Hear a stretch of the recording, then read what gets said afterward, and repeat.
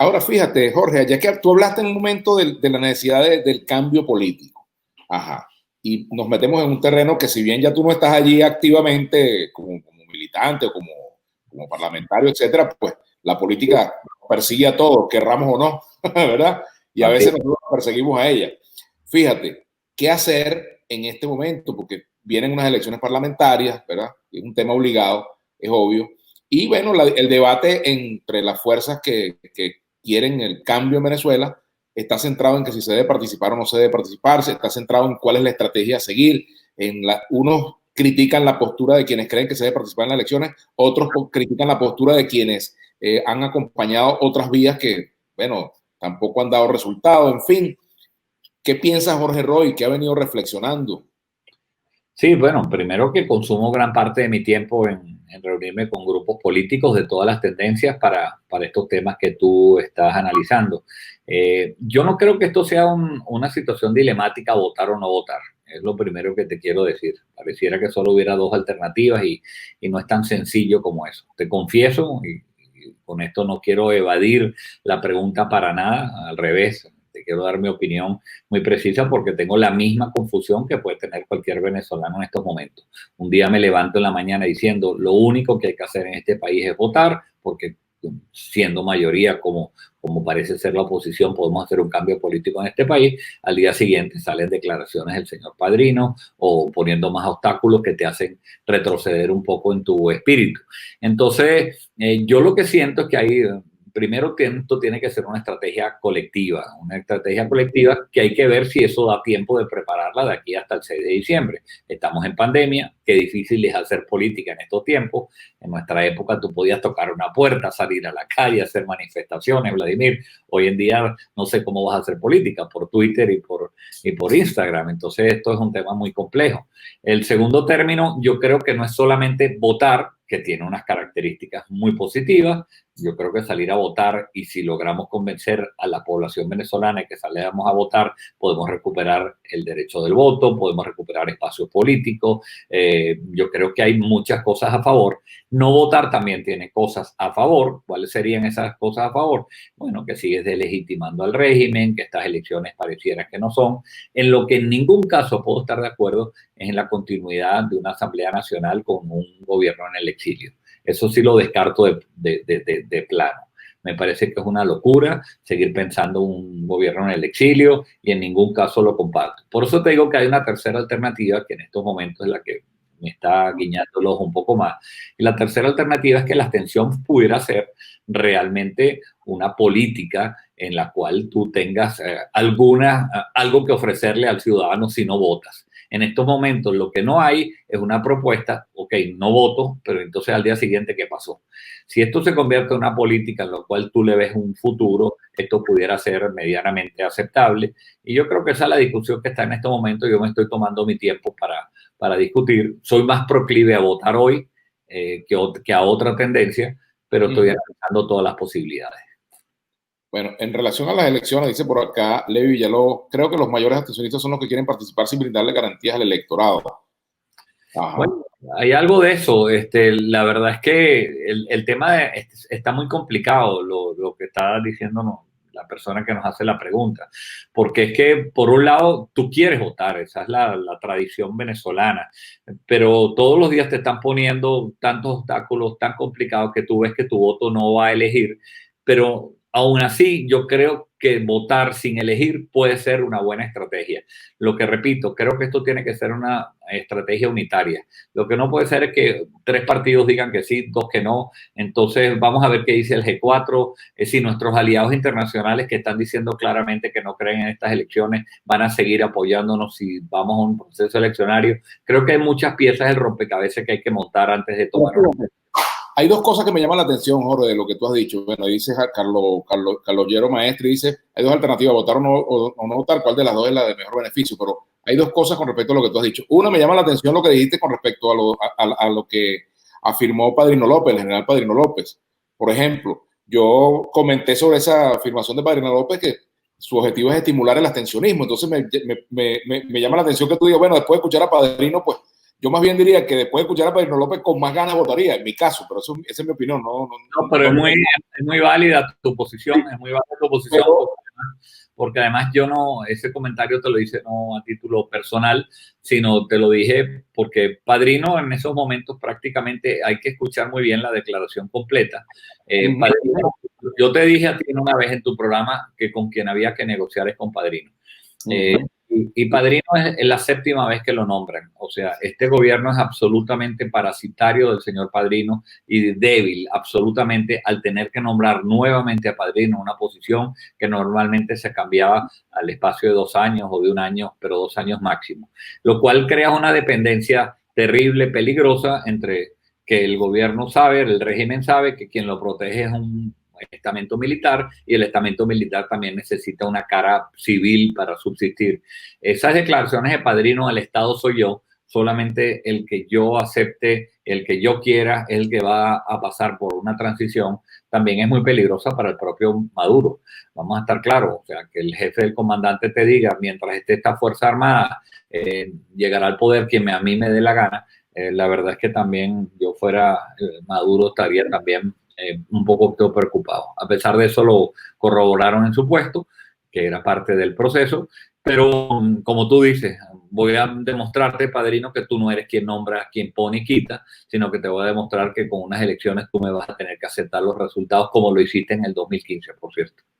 Por cierto, el otro tema es el de la comunidad internacional, Jorge, que tú decías que, bueno, que habría que ver si la comunidad internacional apoyaba o no, pero fíjate, al final es un tema entre venezolanos. O sea, la decisión de votar o no votar, de ir o no ir, de tal o cual estrategia, debería ser una decisión absolutamente nacional, ¿no? Debería, pero no lo es. Debería ser, pero no lo es. Yo creo que a mí me encantaría que la oposición tuviera una política propia venezolana. Eso hace rato que no es así. Aquí hace rato que está impuesta por nuestros aliados y específicamente por los Estados Unidos. Esto no lo digo con placer ni celebrándolo, lo digo es que es la realidad y en estos momentos, bueno, hay una política que corremos el riesgo de perder un apoyo internacional que no ve con buenos ojos esas elecciones y bueno, tendríamos que consultarlos porque al fin de cuentas ellos tienen su política y que no reconozcan las elecciones cualquiera que sea el resultado y que la oposición tenga su propia política que es participar o no, pero también eso hay que conversarlo para que se sepa que yo, independientemente de lo que tú pienses del proceso político venezolano, creo que mi mejor estrategia es asistir o no y bueno, y explicar las razones por las cuales se debe asistir o no. Repito, creo que todavía tenemos un tiempo para pensarlo. Este es un tema que nos va a dar que hablar en muchas otras ocasiones, pero bueno, ya tenemos que estar decidiendo porque el 6 de diciembre es pasado mañana. Otra cosa que te digo, Vladimir, es que yo creo que si la oposición dijera voy y se empieza a preparar, estoy casi seguro que el régimen pospone las elecciones porque va a ser muy difícil que con el nivel de contagios que se espera en octubre, en noviembre, que probablemente siga aumentando como se espera de acuerdo a todas las cifras y estadísticas que estamos viendo, hoy es muy difícil hacer política y mucho más difícil hacer unas elecciones en diciembre. Tú sabes que yo he dicho, Jorge, que el gobierno le tiene más miedo al voto que a 8 operaciones de Gedeón y 30 invasiones.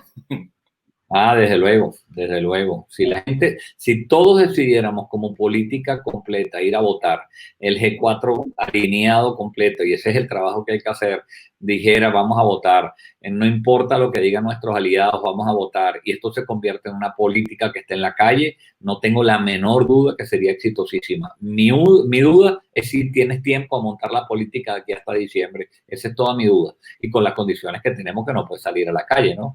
Una cosa es ir a tocar puerta con puerta y convencer a la gente y hacer mítines y devolver la alegría a la gente. Y otra cosa es conectarte por una rueda de prensa como van a hacer hoy en la asamblea con 50.000 personas, que es lo máximo que te pueden ver en el mejor de los casos en un momento dado. Es muy complejo hacer política en estos tiempos. Ahora, Roy, el otro asunto es el de la ayuda humanitaria, que a mí me gustaría evaluarlo contigo también, porque bueno, tú estás en el Consejo de Administración de la Organización Internacional del Trabajo, no es el lugar donde se va a hablar de ayuda humanitaria precisamente porque no se trata de su ámbito de competencia, pero ciertamente Venezuela con estas cifras del COVID pues debería estar en el foco de quienes administran la ayuda humanitaria, de quienes tienen esas políticas de Naciones Unidas, en la FAO, etcétera. Hay muchas cosas que hacer en ese campo. Y está la situación política, pero no se puede dejar de lado esto, ¿no? Sí, desde luego. Y la OIT, como tú señalas, no es el sitio adecuado, pero la OIT pertenece a las Naciones Unidas. O sea, la política que tiene las Naciones Unidas es la misma política que tiene la OIT. De hecho, la ONU, que reconoce a Maduro como presidente, la OIT también reconoce a Maduro como presidente. O sea, las políticas que tiene la Organización de Naciones Unidas es la misma que tiene la OIT. Creo que en el tema de ayuda humanitaria, yo creo que se tiene que abrir un espacio absolutamente generoso por parte de todas las fuerzas políticas. Algunas la están haciendo muy tímidamente. Lamentablemente, no vamos a salir de esto sin tener acceso a fuentes internacionales que nos puedan ayudar a salir de esta crisis. Y las malas noticias es que así como la ONU no reconoce, el Fondo Monetario Internacional no reconoce ni a Maduro ni a Guaidó. Entonces, quien tiene de verdad el bolsillo para prestar dinero a los países que están en esta tragedia como lo que está Venezuela es el Fondo Monetario Internacional, y hay 100 países en cola que ya pidieron dinero, que están buscando dinero, mientras que Venezuela no puede ni siquiera acceder a los fondos que tiene el Fondo Monetario Internacional, precisamente por esa diatriba política donde unos reconocen a Guaidó y otros reconocen a Maduro. Así que estamos solos ante la crisis, y esa es una de las peores noticias que te puedo comunicar en el día de hoy. Fíjate, Edgar Lee Alfaro decía, buen día, ¿por qué si no invitaron a Maduro, no invitaron a Guaidó tampoco a las reuniones? Entonces, ¿qué esperemos? ¿Qué podemos esperar? Precisamente lo que tú has dicho, ¿no? Sí. Ahora, otro punto, volviendo a la política, tu balance del llamado mantra de los 3 pasos. Gobierno de transición, mejor dicho, gobierno de transición, elecciones libres, como lo llamamos en los medios tradicionales, el mantra de los 3 pasos, porque no se puede a veces nombrar ni siquiera. Sí. Bueno, yo primero a los 4 meses dije que había que revisar ese mantra, o sea que no es nada nuevo para mí. Lo del cese a la usurpación no se dio, el gobierno en la transición tampoco, y las elecciones libres y presidenciales es por lo que tenemos que pelear. Yo creo que voy a ser bastante rudo en esta materia. No veo una transición que no sea de alguna manera dirigida, orquestada por unas fuerzas armadas. Yo no veo una transición directa, y con esto me arriesgo a decirlo en tu programa, quizás en otros medios de comunicación no lo podía decir, pero un traspaso del poder directamente de Maduro a Guaidó, con toda responsabilidad, no soy tan ingenuo para pensarlo. Creo que va a haber un cierto tutelaje de las Fuerzas Armadas, y yo creo que aquí hay que convencer de la importancia, de la necesidad imperiosa que tenemos de hacer un cambio de la transición para unas elecciones libres en un tiempo dado, es a las Fuerzas Armadas de la República. Yo creo que las sanciones, la presión, las conversaciones, los diálogos tienen que seguir siendo a quienes sostienen en el poder al señor Maduro, que son las Fuerzas Armadas venezolanas. Te pregunto, ¿tú consideras al general Padrino, que es el actual jefe militar en Venezuela, lo consideras un militar democrático? Bueno, en el 2015 nos dio una demostración democrática, y después ha tenido algunos deslices que demuestran que la verdad es que el poder enloquece un poco, y se está perpetuando en unas posiciones donde se siente cómodo, pero él tiene que saber la responsabilidad que tiene ante la historia. Finalmente, al final, todo este proceso está sostenido por él, y en el momento dado pudiera tener de verdad una conciencia democrática como para devolver al país el canal que se necesita. No le estamos pidiendo nada más y nada menos, nada extraordinario, que cumpla la Constitución. O sea, él no se está leyendo la encuesta en COVID, está bien, eso te lo puedo reconocer. Le hace la Constitución. La Constitución le dice claramente cuál es su papel, qué es lo que usted tiene que hacer, y usted, ya no se trata ni si eres democrático o no eres democrático, que sea constitucionalista, que es para lo que tú juraste la bandera. Y si él cumple la Constitución, ahí está muy claramente establecido cuál es el papel de los militares, y el papel de los militares es muy diferente al que él está en estos momentos ejerciendo. La solución para Venezuela, Ley Villalobos, es electoral, elecciones libres y con garantías a través de una negociación. De acuerdo. Ajá. Ahora, por cierto, el CNE, otro punto importante, Jorge. Bueno, ya lo tenemos actuando, el Consejo Nacional Electoral ha tomado algunas decisiones, por ejemplo, se aumentó el número de parlamentarios, tú que fuiste parlamentario también, tendríamos una Cámara de 277 diputados, alguien decía que ni siquiera caben allí, pero eso es lo secundario, ¿no? Lo más importante es determinar hasta qué punto era pertinente o no aumentar la cantidad de parlamentarios y sobre todo el asunto de la lista nacional que se ha creado, ¿no? La cual, bueno, también es parte del juego que se abre ahora, ¿no?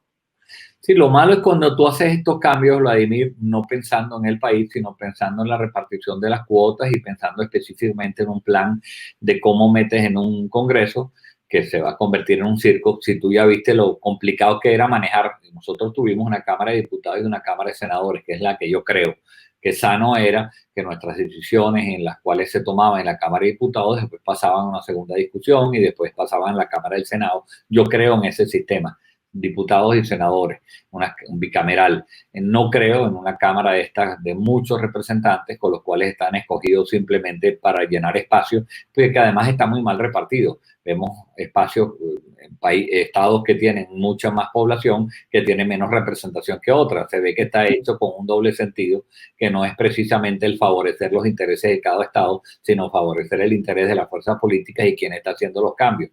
Entonces ahí ya se transforma en que este sistema electoral se sigue cometiendo muchos desafueros. Y bueno, me gustaría escuchar mucho más la voz de Rafael Simón Jiménez, que yo creo que en este momento le di un voto de confianza, pero me encantaría que empiece a pronunciarse sobre algunas cosas que me parece que van en contra del espíritu democrático y esos cambios. Entre otras cosas, esos cambios no se podrían hacer sino 6 meses antes de las elecciones, de acuerdo a la ley electoral, y se están haciendo. Y tampoco se está abriendo el registro electoral. Creo que ya se empiezan a cometer o se siguen cometiendo muchos desafueros con el sistema electoral venezolano. El otro asunto es el de las máquinas, por ejemplo, que está allí también. Se debe comprar algunas máquinas por las que se quemaron y otras que quizás ya no estaban activas. Así es. Y tendría que haber la auditoría, por ejemplo, la participación de observación internacional, etcétera, ¿no? Fundamental las dos cosas. Primero, las máquinas quizás es lo de menos, lo más importante es el software. Las máquinas van a hacer lo que el software les diga que haga. Las máquinas van a venir, pero si el software ya viene y está entrampado, evidentemente las computadoras salen porquerías si tú le metes porquería. Lo mismo van a pasar con unas máquinas de votación. Entonces, las máquinas, para aquellos que quieren devolver el voto manual, las máquinas son perfectas siempre y cuando el software funcione, esté auditado, se vea claramente que un voto de una persona, se pueda comparar y se pueda contrastar luego con una auditoría con las actas que están en la mesa, que por cierto con Andrés Velázquez no resultó eso tampoco. Y en todo caso, la observación internacional, que es fundamental para que este proceso tenga la credibilidad ante el mundo, que no está ni contemplado, y eso en 6 meses no lo puedes hacer. Por eso es que las garantías de las que se hablan no están propicias, y eso es lo que te hace a mí y a mucha gente dudar.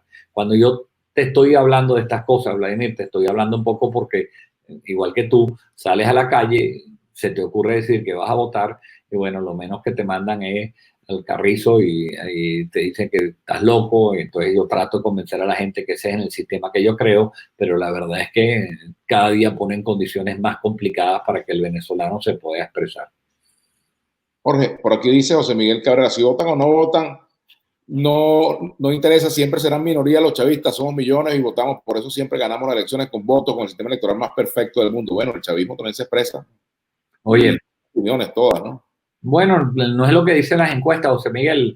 Si te pones a ver, la verdad es que pues, Maduro tiene en estos momentos un 12% de aceptación.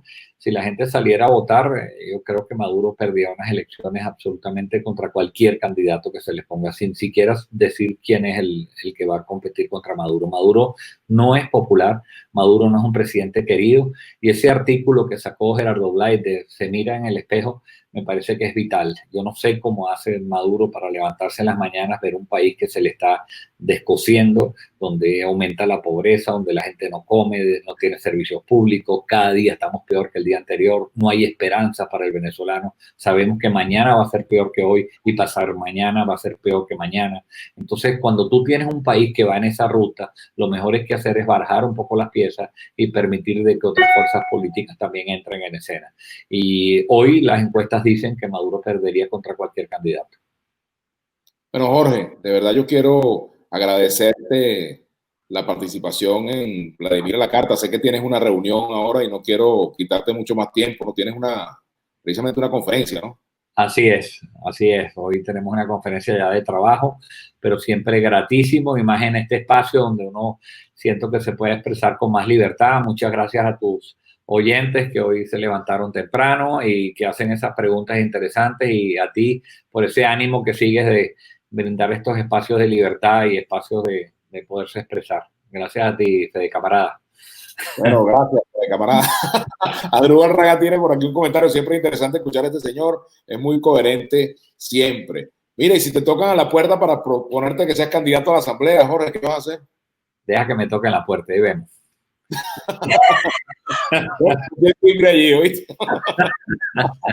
Bueno, muchas gracias, Jorge, por haberme acompañado. Un placer haberte tenido por acá.